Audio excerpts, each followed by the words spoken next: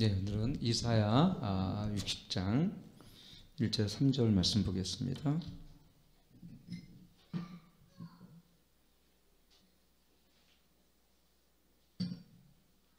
이사야 60장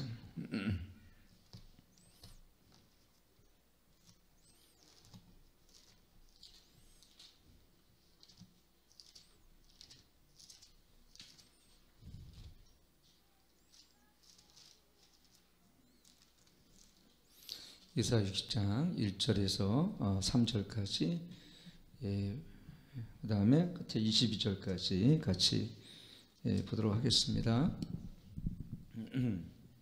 같이 읽겠습니다. 60장 1절에서 3절입니다. 시작. 일어나 빛을 발하라. 이는 내 빛이 이르렀고 여호와의 영광이 내 위에 임하였음이라. 보라, 어둠이 땅을 덮을 것이며 캄캄함이 만민을 가리우려니와 오직 여호와께서 내 위에 임할 것이며 그 영광이 내 위에 나타나리니 열방은 내 빛으로 열왕은 비치는 내 광명으로 나오리라. 22절 시작. 그 작은 자가 천을 이루겠고 그 약한 자가 강구를 이룰 것이라. 때가 되면 나 여호와가 속히 이루리라. 아멘. 예.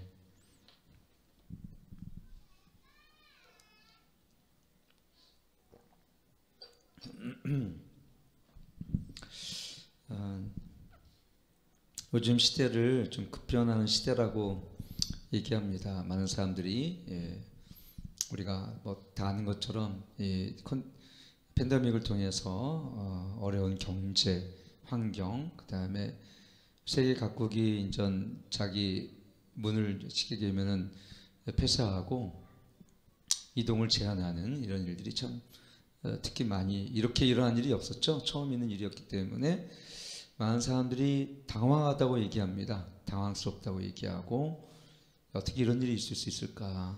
여태까지 한 번도 세계는요 나라와 이동을 제한한 것이 별로 없었어요. 거의 없었어요. 전쟁이 아니고는 뭐 없었습니다. 유럽도 인전 강문을 폐쇄하고 특히 요즘에 인전 영국발 또 인도발 변종 바이러스 때문에 더 이제 그런 마음이죠, 사실은. 근데 이러한 때에 우리가 어떤 삶을 준비할 것인가, 오늘 그런 고민을 함께 해봤어요. 어떤 삶을 살 것인가, 그리고 어떻게 우리가 이 시대를 준비하게 할 것인가. 왜냐하면 지금의 시간은 굉장히 중요한 시간입니다. 우리가 이 하루를 무의미 없이 지나간 하루가 어쩌면은 노아의 시대가 그랬던 것처럼 그 하루가, 생각해 보세요. 심판이 임박하기 일주일 또 1년 전에 있었던 사람들이 그걸 알았더라면 만약 그렇게 세월을 덧없이 그냥 흘려보낼 수 있었을까? 그렇지 않았을 것입니다. 비가 오고 40주야 비가 오기 한 주 전도, 심지어는 1시간 5분 전에도 그 사람들은 하나님께서 이 홍수를 심판하신 사실을 인정하지 않았고 전혀 준비하지 않았던 삶을 살았습니다. 당대 의인이었던 노아만이, 그리고 8가족만이 노아의 방주에 들어갈 수가 있었던 것을 보면 그 당시 사람들이 그렇다고 이러한 하나님의 심판에 관한 얘기를 전혀 못 들었냐, 그렇지 않았을 것입니다. 120년 가까이 수도 없이 이웃과 주변을 다니면서 배를 짓는 모습만 봐도 알겠죠. 근데 배를 짓는 노아가 왜 배를 짓는지 보다는 배를 짓는 노아의 모습이 우스꽝스럽고 한탄스럽고 이해가 불가능하기 때문에 조롱했었겠죠. 이웃집마저도 야, 노아 넌 지금 뭐하고 있니? 지금 어쩌면은 영적인 방주를 짓는 이 마지막 때에 사실은 우리는 세상으로부터 야, 너희들은 왜 세상을 거슬러 사냐?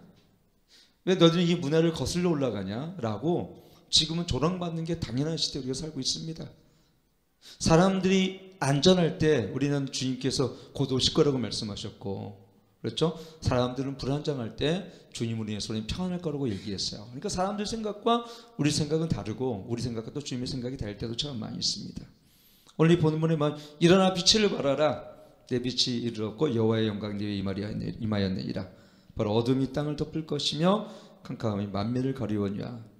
물론 이 말씀은 메시아가 이 땅에 오시는 것을 예언적 말씀으로 다뤄진 말씀이지만, 그러나 오늘날 이 시대를 우리가 이중적인 의미에서 보게 되어지면 어둠이 땅을 덮고 캄캄함이 만민을 가리우는 세상에 우리가 살고 있기 때문에 그런 세상 속에서 주님은 빛을 벌어버리고 우리 마태복음 4장인 스불룬과 납달리 땅에 사망의 그늘진 땅에 그런 예수님께서는 빛이 들어졌다 해서 빛이 어쩌면 어둠이 짙을수록 빛은 강하게도 역사합니다.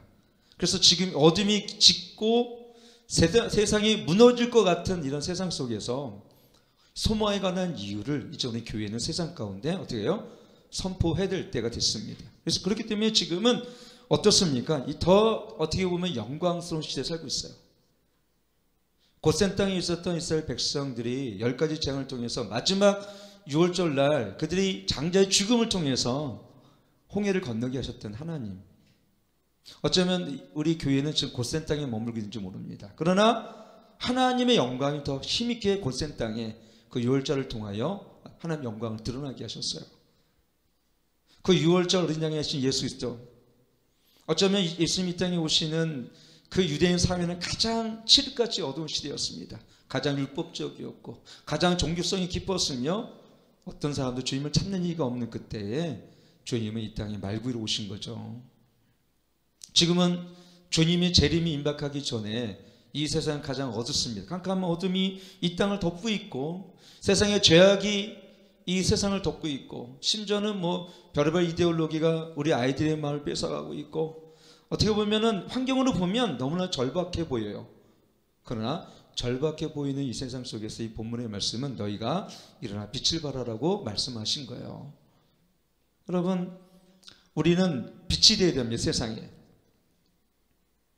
그리스도께서 빛으로 이 땅에 오셔서 어둠 가운데 우리를 빛으로 인도하셨고 우리를 빛의 자녀로 이끄셨습니다.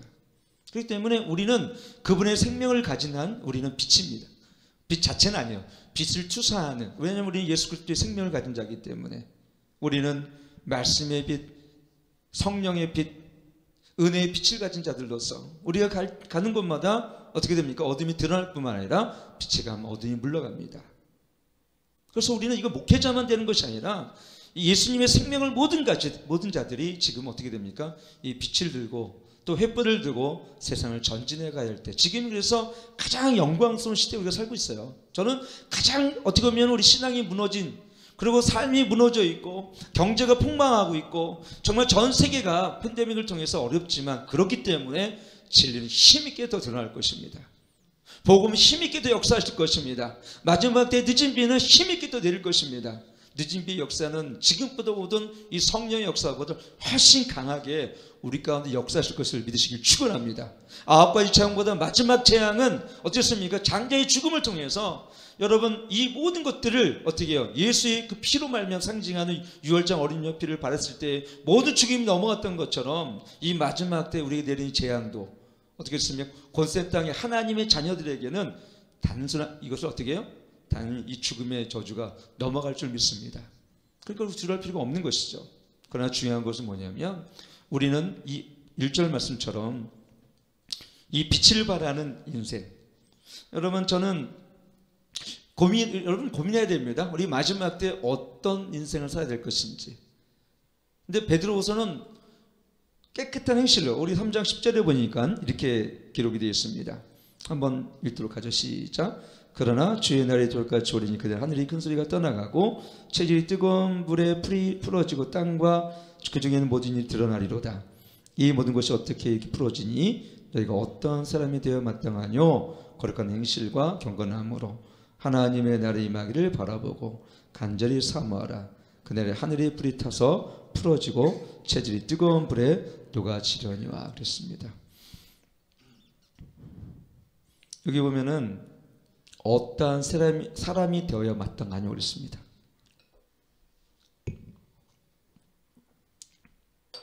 대부분의 사람들은 어떤 것을 갖기를 원하고 소유하기 원하는데 관심이 있지만 주님은 이 마지막 때에 하나님의 거룩한 백성답게 살아갈 것에 대해서 관심이 있으신 거예요. 그래서 우리는 이 마지막 때 노아가 살았던 당대 의인이라고 얘기했던 그런 의로운 삶을 살았던 노아처럼 이 땅에 우리는 하나님께서 기뻐하시는 삶을 사는 것에 우리는 그것에 대해 관심이 있어야 되고, 또 그것이 오늘 이 본문의 말씀, 본문이 아니라 베드로후서 말 거룩한 행실과 경건함이라고 분명히 얘기를 하고 있습니다. 세상에 관심을 갖지 않은 것들이 주님은 이 시대에 우리한테 요구하는 것들이에요. 그래서 우리는 이것에 대해서 어떻게 해요? 진실해져야 되고, 또 이것을 위해 대가를 지불해야 되고, 이 경건함과, 여러분 그래서 경건의 능력 모양이 아닌 경건의 능력 있는 삶을 사모해야 됩니다. 근데 우리는 대부분 경건의 모양을 사모했어요. 크기와 거기에 따른 일어나는 어떤 이러한 혼적인 것들을 사모했지만, 주님이 원하시는 것은 경건의 모양이 아니라 경건의 능력입니다. 보여주는 것이 아니라 우리 중심 안에 있는 그 경건성, 거룩성, 구별성, 순결함, 깨끗함, 순전함, 어떻게 보면 세상에서 별로 그렇게 가치 있게 여기지 않는 것들이 이 마지막 때는 정말 가치 있는 것을 하나님께서 이것을 기뻐하시고 우리 삶을 원하신다는 것입니다. 여러분 정말 이 깨끗함을 사모하시길 축원합니다. 거룩함을 사모하시길 축원합니다. 경건의 모양뿐만 아니라 경건의 능력을 위해서 엎드려 기도하고 자복하고 통회하고 말씀으로 씻겨지고 회개로 말미암아 우리 삶을 씻어내는, 지금은 씻어내는 삶이 필요한 거예요. 그것이 우리가 그래서 신부로 지어져 가는 시기입니다. 두 번째는 뭐냐면, 저는 오늘 이 본문 말씀에, 저는 사실 본문의 중심 주제는 이 일어나 빛을 발하라. 저는 오실 메시아, 즉 모든 세상의 중심은 예수 그리스도가 될 것이라는 거예요. 메시아가 올 것이기 때문에. 그러고 말미암아 황폐한 곳이 회복이 될 것이고, 황폐한 곳이 사람이 살 곳이 되게 하시며, 주의 정말 이 더럽혀진 곳이 깨끗하게 될 것이라는, 이 계속해서 이것에 대한 예언적 의미가 보게 되어지면요, 열방은 내 빛으로, 열왕은 빛은 내 광명으로 나오리라. 결국 뭡니까? 모든 무릎이 예수 그리스도 앞에 무릎을 꿇게 될 것이고, 십자가의 그 영광의 빛을 통해서 이 비춰지는 곳마다 사망의 그늘질 땅들이 빛 가운데 나오게 될 것이라는 거예요. 믿으시면 아멘. 그 얘기는 단 한마디, 오직 예수 그리스도가 이 온 세상의 중심이 되어지고, 오직 예수 그리스도가 온 세상의 우리의 통치자가 된다는 말씀입니다. 그러니까 이 말씀이 딱 하나예요. 예수 그리스도가 우리의 중심입니다. 따라서 예수 그리스도가 우리의 중심이십니다. 그 얘기 뭐냐면, 예수 그리스도가 우리 삶의, 그리스도의 삶의 전부가 된다는 거예요. 그리고 예수 그리스도의 그 다스림 속에 살아가는 것이 이 세상에 어떻게 우리 살아가는 우리 삶의 방식이 되는 거예요. 그게 주제권입니다. 그분의 통치를 기꺼이 받아들이는 것. 근데 중요한 게 있어요. 근데 제가 어떤 책 보니까 은혜와 믿음이라는 균형에 대해서 쓴 책이 있어요. 은혜와, 앤드류 오메가라는 사람이 은혜와 믿음의 균형. 근데 오늘날 많은 사람이 두 가지의 양극단이 갈 수 있는 게 뭐냐면, 이 시대에 은혜만 찾기 위해서 기도만 하는 사람, 이 시대에 아니면 결실과 연민을 위해서 우리는 믿음으로 전진하기 위해서 주님과 어떤 친밀함이나 은혜가 없이 어떤 열매만 원하는 이런 사람들, 극단이 존재합니다. 그런데요, 은혜와 믿음은 함께 공존해야 될 줄 믿습니다.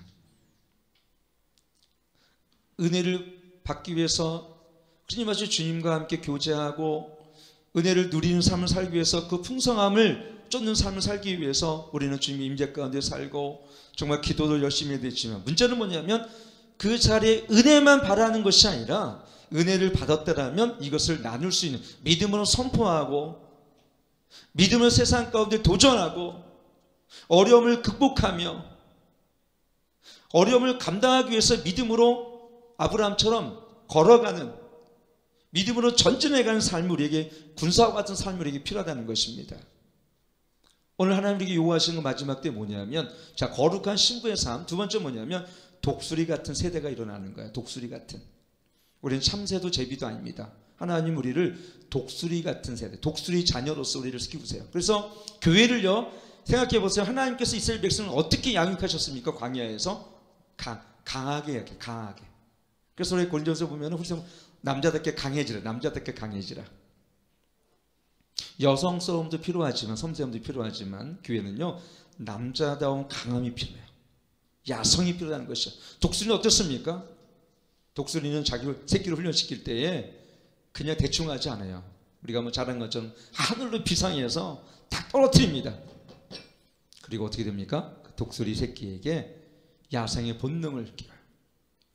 근데 야생에서 자라는 모든 동물들은 보니까요, 야생적인 본능이 있어서 그것이 어느 정도 숲이나 들풀에 산에 살게 되어지면 그 야생의 본능이 깨워져요.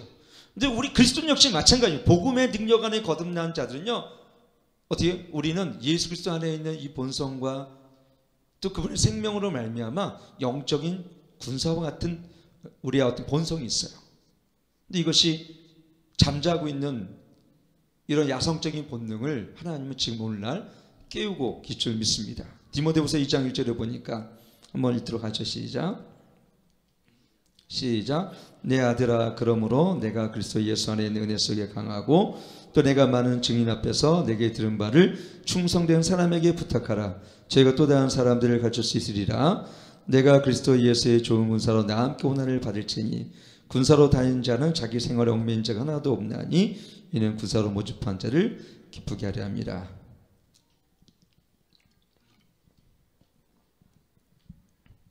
여기 보면 내 아들아, 그러므로 내가 그리스도 예수 안에 있는 은혜 속에서 강하고 은혜 속에서 강해래요. 근데 우리는 은혜 안에만 머물려는 분들이 진짜 많아요. 그것도 좀 나쁘다기보다는 아예 은혜조차 바라지 않는 세대거든요. 지금은 하나님이 주시는 임재나 하나님이 주시는 은혜를 그렇게 바라지 않아요. 왜냐하면 이미 은혜 대신에 가진 것이 너무 많아요. 여러분, 은혜가 풍성하지 않으면 우리 자녀들은 어떻습니까? 세상의 문화를 향유하고 세상에 주는 것들로 이미 내 안을 채워갔기 때문에 내 안에 있는 결핍된 것들을, 내 안에 있는 곰핍한 것들을 하나님이 주신 은혜가 아니라 세상의 문화로 채운단 말입니다. 그게 바벨로니즘이에요.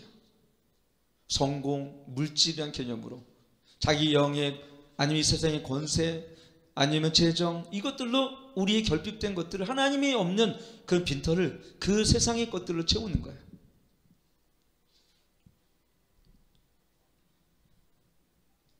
근데 오늘 예수 안에 있는 은혜 속에서 강해라고 지금 분명히 바울이 얘기해요. 디모데에게 은혜 속에 강해. 여러분, 우리는 은혜 안에 강해지길 축원합니다. 그렇게 물론 첫째는 뭐냐면 하나님의 은혜를 분명히 받아야 돼요.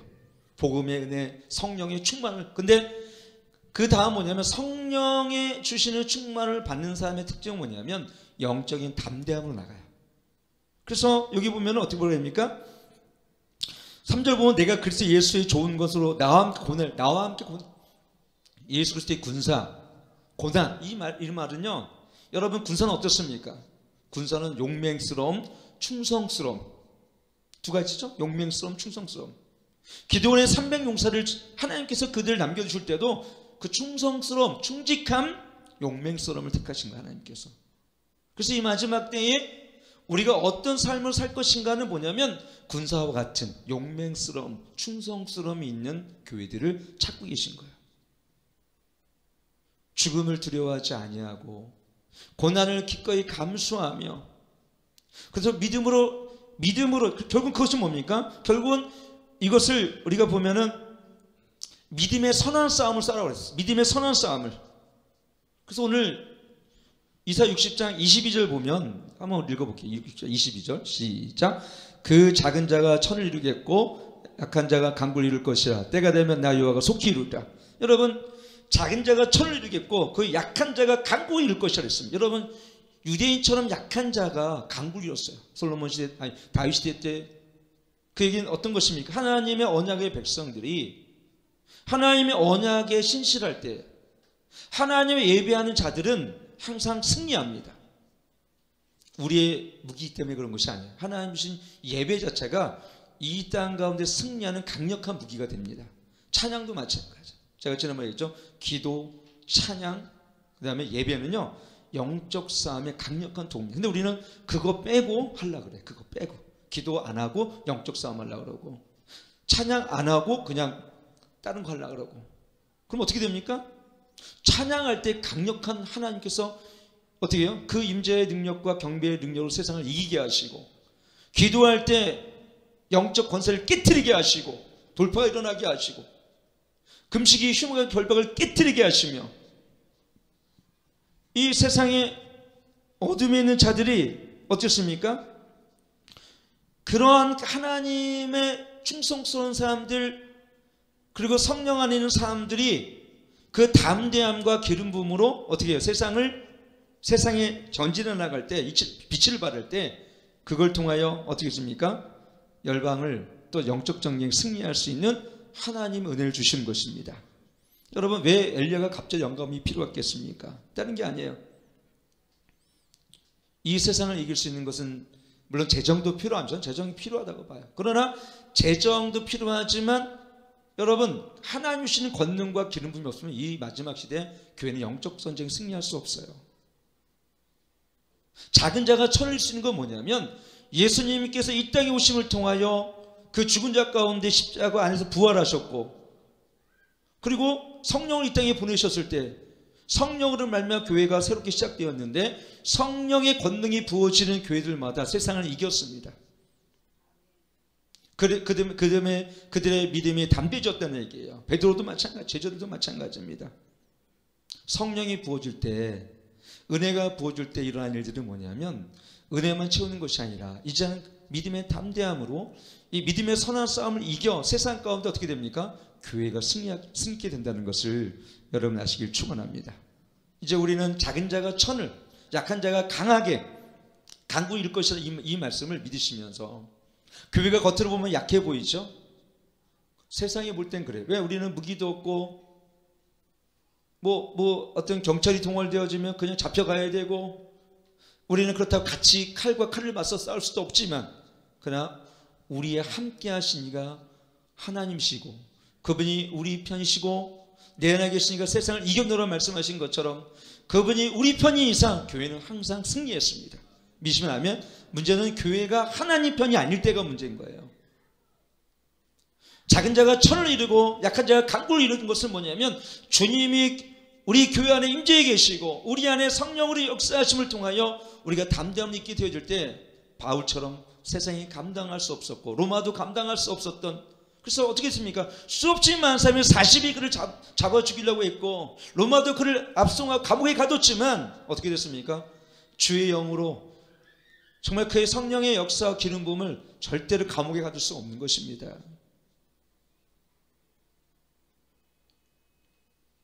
그래서 우리는 이 시대 때 작은 자가 천을 이고 약한 자가 강하게 되는 것은 뭐냐면 어떤 것입니까? 성령의 기름 부음 받은 교회들, 기도의 권능이 부어진 교회들, 죽으면 죽으리 하는 믿음의 선한 싸움을 싸우는 담대한 마음을 가진 자들, 이런 사람들은 세상을 이깁니다.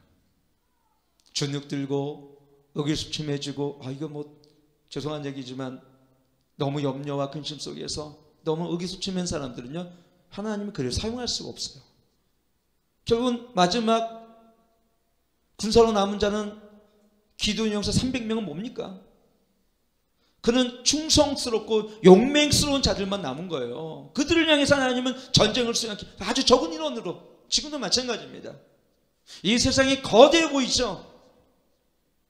골리앗같이 보이지만 하나님께서는 물맷돈 하나로 다윗을 통하여 골리앗을 어떻게 하십니다. 야, 누가 정말 넘어질 것 같지 않은 그 골리앗을 과연 어린 목동이 이기라고 누가 생각했겠습니까? 하나님은 그 방법을 사용해요. 지금도 우리 마찬가지예요. 교회가 하나님께 붙들려 있고 성령에 사로잡혀 있고 하나님의 임재를 초청하며 정말 기도하며 하나님의 기름 부음을 구하는 그런 교회들은요, 이 마지막 때 골리앗을 이길 수 있는 그 물맷돌을 줄 줄 믿습니다. 저는 그것은 어쩌면 성실함이라고, 성실함, 다윗의 그 성실함, 그리고 용맹스러움. 생각해 보세요.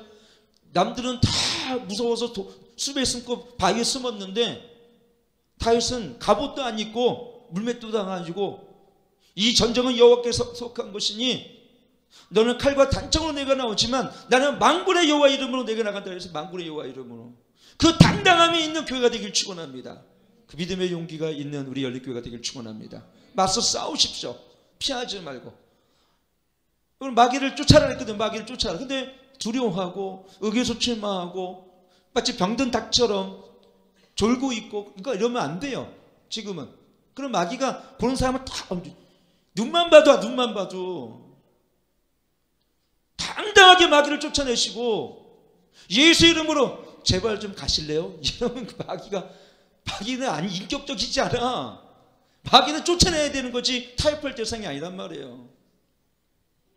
믿으시면 아멘? 왜요?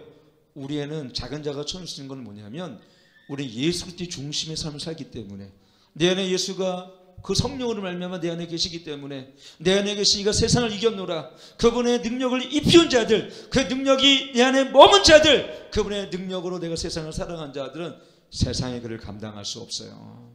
감당할 수 없어요. 교회도 마찬가지야. 여러분 죽으면 죽으라는 사람 누가 감당하겠습니까? 솔직히 얘기해서 감당 못해요. 그런 사람은요. 교회가 오늘날 한국 교회가 저는 진짜 죽으면 죽으라고 이렇게 했으면요 아마 정부에서도 공손하고 좀 더 정중하고 좀 더 교회에 대해서 두려움으로 와서 야 이렇게 코로나19인데 2등급이니까 이번에는 20%가 너무 적으면 한 50%만 해주시겠어요? 근데 우리 스스로가 우리가 할게요. 마치 고개를 숙여서 물론 우리는 지킬 건 지켜야 됩니다. 이 문제는 뭐냐면 문제의 본질, 쉽게 얘기하면 이 본질을 우리가 본질, 이 배후의 결국 이건 여러분 영적 전제, 영적 전제. 우리는 다 빼앗겼잖아요. 영역을 예배하는 영역을 빼앗겼고 찬양하고 기도하는 영역도 빼앗겼고. 근데 우리 이제 10% 드리고 20% 드리는 거 그것만 해도 감사하다고. 뭘 감사한데? 우리 자녀들 세대가 단절됐잖아요. 예배를 잃어버리고 하나님의 임재를 잃어버리고 이거 누가 찾아줄 겁니까? 이거 정부가 나중에 이걸 찾아줍니까? 질병본부에서 찾아주고? 이거는 우리 교회 책임입니다. 자녀들이 하나님 세대에 단절되어지고 하나님 임재를 떠나가고 그나마 있던 자녀들 세대가 이 다음 세대가 사라져가는 것이 과연 이게 비대면 예배로 전환되었기 때문에 다행스러운 겁니까? 그렇지 않아요. 우리는 지금은 독수리 같은 세대를 일으켜야 되겠네요. 우리 자녀들이 참 세대 아닙니다. 우리 자녀들은 독수리 같은 세대, 정교조 봐요. 정교조. 여러분 걔네들은 이 싸움에 능한 자들이에요. 전략에 능한 자들이에요. 민노총 봐요. 그 몇 명을 우리가 못 이겨요. 근데 다니엘 같은 세대가 일어나면 이길 수 있어요. 말씀에 붙들려 있고 하나님의 권능에 붙들려 있고 그 하나님의 말씀의 능력을 가진 자들이 일어나면요 죄송한 얘기지만 공산주의도 리차드 원모른턴처럼 주기철 목사님이나 손영환 목사님처럼 아무리 고문을 7년 동안 한다 하더라도 그들의 영을 죽이지 못했습니다. 그래서 세상은 우리 교회를 존경스러운 눈으로 야, 너희들은 정말 대단하다. 근데 지금은 교회가 너무 부드러워. 교회가 너무 세상에 잘 순종해. 왜 우리 이렇게 왜 우리의 생명 대신 하나님께 드려야 할 예배를 왜 우리가 포기합니까?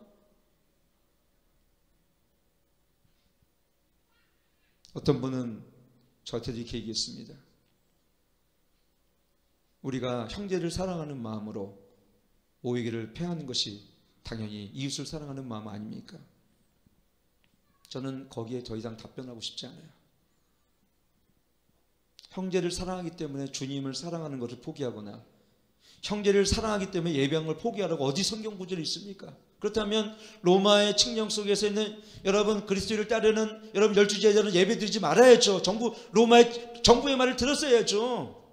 만약에 여러분 헝가리라든가 소련이라든가 북한이라든가 중국에서 그 문화혁명을 통해서 공산화된 나라에서 예배드리지 말라는 정부의 명령을 들었다라면 우리 기독교는 하나도 남지 않았을 거예요.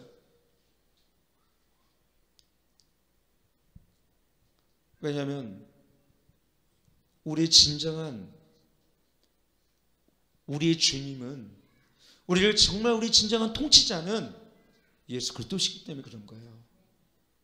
예수님이 오셔서 그래 너희가 이웃을 사랑하는 마음으로 잠시 동안 예배 드리지 마라 그러면 저는 안 드릴 거예요. 예수님 이렇게 말씀하셨으니까 책임지실 거니까. 예수님 저때 말씀하신 게 없으세요? 모이기를 피하는 어떤 사람 같아 하지 말고, 히브리서에 있는 말씀처럼 왜 모이기를 피합니까? 물론 한두 주 정도는 우리가 어떤 일로 인해서 집에 드린다면 하나님이 그건 인정해 주실 거예요. 왜? 그는 정말 우리 교회가 어떤 일로 인해서 여기가 문을 닫혀지고 그랬을 때 우리가 정말 갈 곳이 없어서 우리가 야외에서 예배 드리거나 그것도 못해서 집에 드린다면 주님은 찾아오실 겁니다. 그러나 우리가 세상에 타협되어서 마음이 약함으로 말미암아 혹시 그것을 인해서 내가 주님께 드려야 할 우리 마땅한 헌신과 우리의 희생을 하지 아니하고 내가 뒤로 물러나 그냥 그렇게 되어진다면 주님은 죄송하지만 우리 마음의 중심을 못 이끄시겠습니까? 나이가 연세가 드셔서 어쩔 수 없이 병상에 예배 드리는 분도 그건 예배입니다. 분명히 하나님이 존중하세요. 그러나 충분히 드릴 수 있는데도 불구하고 우리가 믿음의 선한 싸움을 싸울 수 있는데도 불구하고 우리 스스로가 물러나서 대가를 지불하지 않으며 그걸 마치 이웃사랑처럼 우리가 말한다면 주님이 그걸 속아 넘어가시겠어요? 자기를 속이고 주님을 속일 수 있겠습니까? 내가 예배드리지 못하는 사람을 뭐라고 하진 않아요. 왜? 이유가 그 나름대로 그 이유가 있어서 정말 너무 아파서 너무너무 힘들어서 일어설 수 있는 힘이 없을 때 집에서 예배드리면 주님이 그 인정하십니다. 그런데 충분히 갈 수 있고 우리가 들 수 있고 정말 우리 믿음의 선한 싸움을 통해서 우리가 충분히 들 수 있는데도 불구하고 우리 스스로가 자기 자신의 안전을 위해서 또는 안정을 위해서 아니면 편안함을 위해서 지금도 예배 드릴 수 있는데 불구하고 편안함에 이제 익숙해져서 드리지 못한다면 그러면 집에 드린 것도 주님 앞에 인정해달라고 뗐을 것입니까? 주님이 뗐으면 인정합니까? 그래 내가 너 집에 예배 드리는 거 비대면 예배 인정해 줄게. 그렇지 않아요 여러분. 나와서 예배 드릴 수 있고 분명히 내가 이 자리에 나와 드릴 수 있음에도 불구하고 내가 못 드린다면 그 못 드린 이유가 뭔데요 그러면?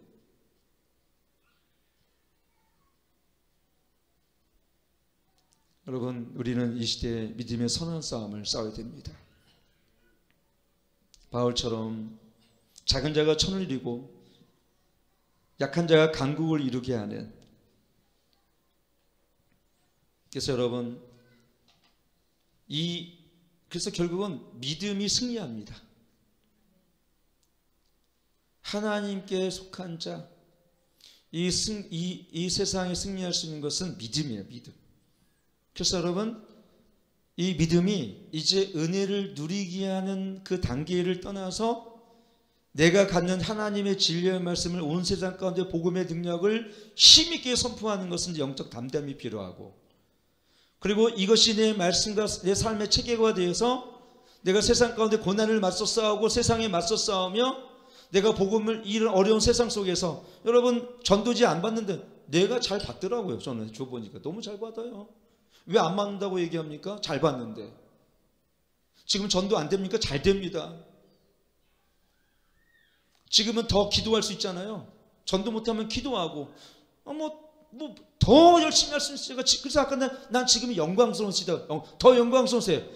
만약에 순교 시대가 온다면 교회는 더 영광스러운 세대가 되는 거예요. 지금 우리는 이 어두운 시대에서 빛을 발할 수 있는 진리의 능력으로 세상을 이길 수 있는 시대가 된 겁니다. 이 마지막 때 크로스 시간에 마지막 때가 있다면 교회는 더 영광의 면류관을 바라보면서 이 세상과 맞서 싸울 수 있는 그런 당당함이 우리 안에 있는 거예요. 여러분 세상에 주눅들지 마시길 축원합니다. 정교조요.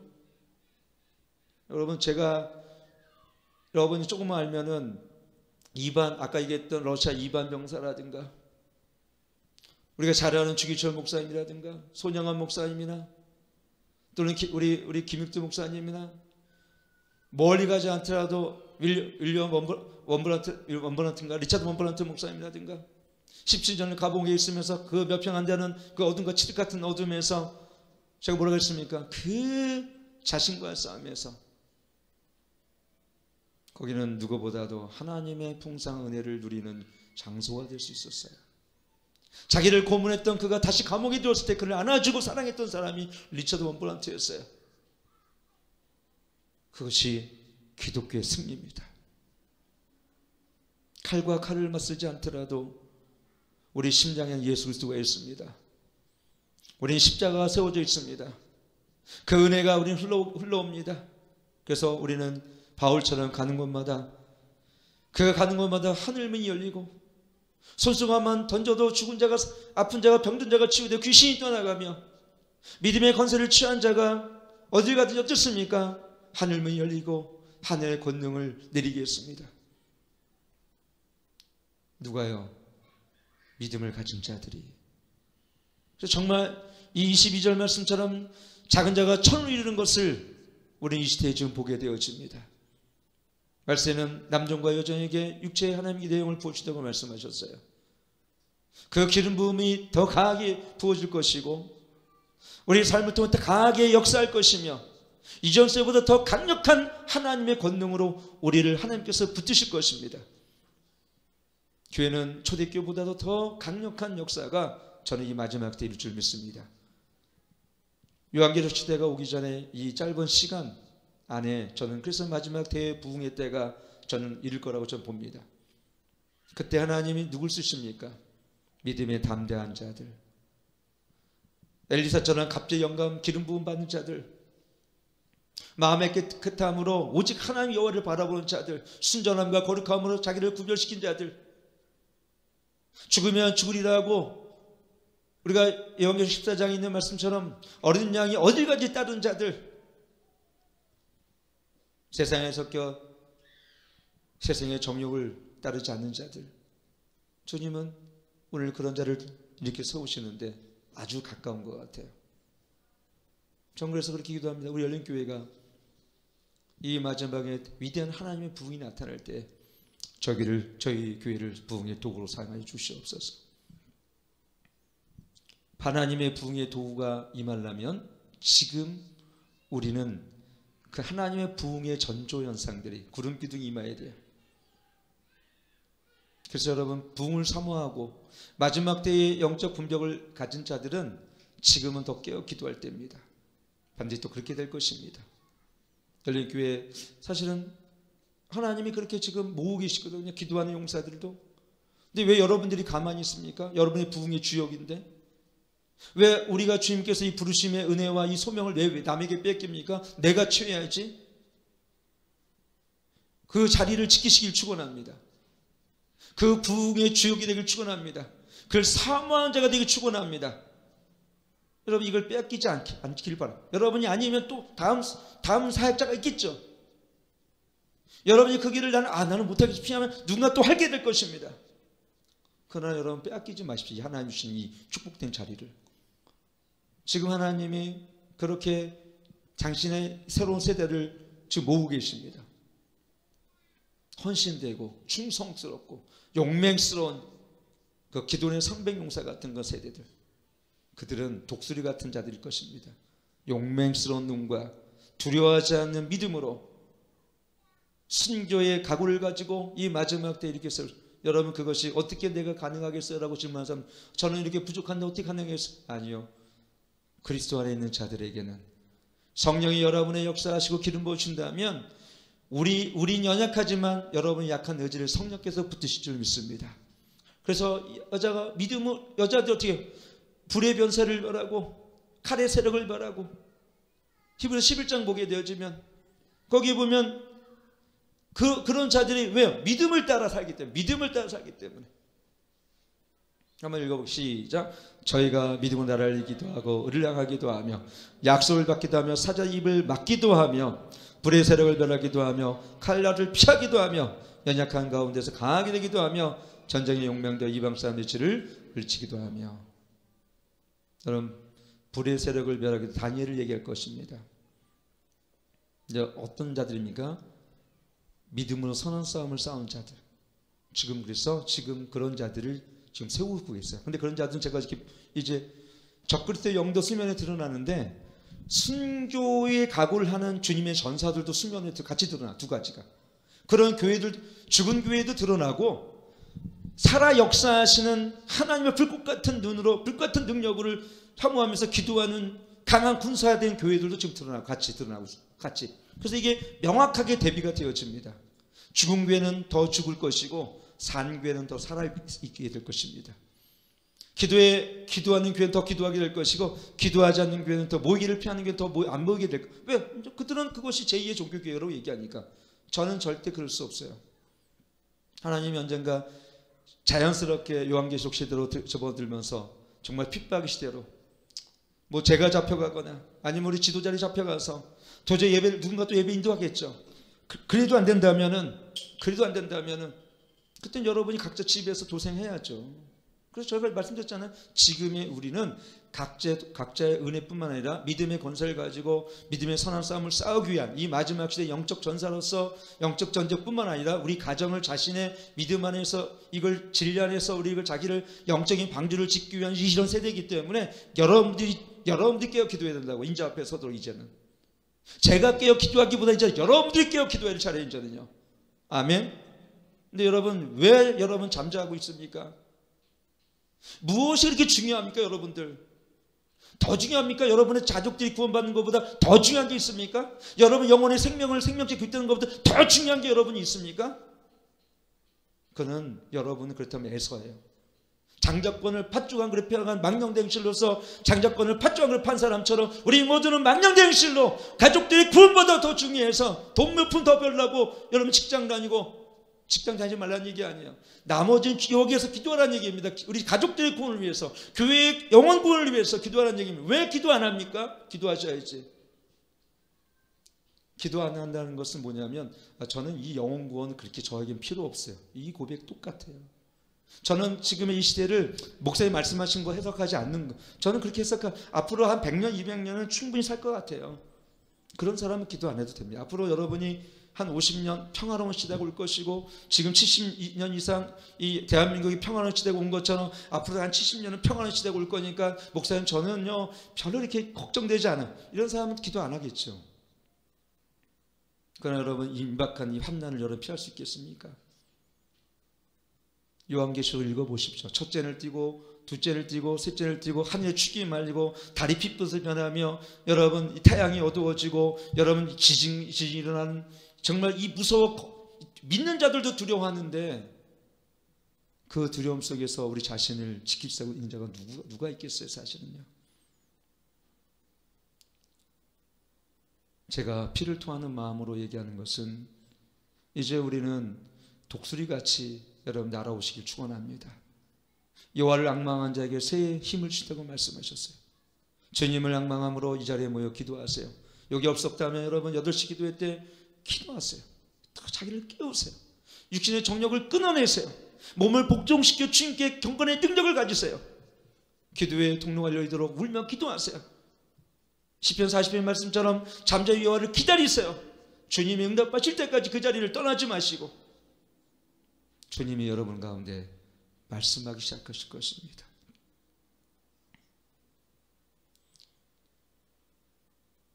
여러분이 잠잠하면 돌들이 소리칠 거예요. 기도하십시오. 그리고 우십시오. 자녀를 위해서 우십시오. 그리고 마음을 찢고 우십시오. 왜냐하면 때가 너무나 임박했기 때문에 그래요.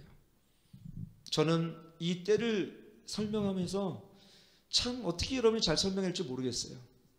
제 영은 참 마음이 아프고 이 때가 임박한 걸 제 영은 알아요. 그러나 여러분 증거를 보이려면 이미 세상에 일어나는 전조 증상에 많은 것이 있겠지만 여러분이 깨어있지 못한데 아무리 내가 여러분 설명한데도 동의가 되지 않을 수 있어요. 정말 제가 얘기하면 동의하지 않는 사람도 있더라고요. 다시 옛날처럼 회복될 것입니다. 백신을 맞고 우리는 다시 교회에 모여 예배드릴 것입니다. 저는 아마 그런 시대는 이제 오지 않을 수 있겠다 이런 생각을 해봅니다.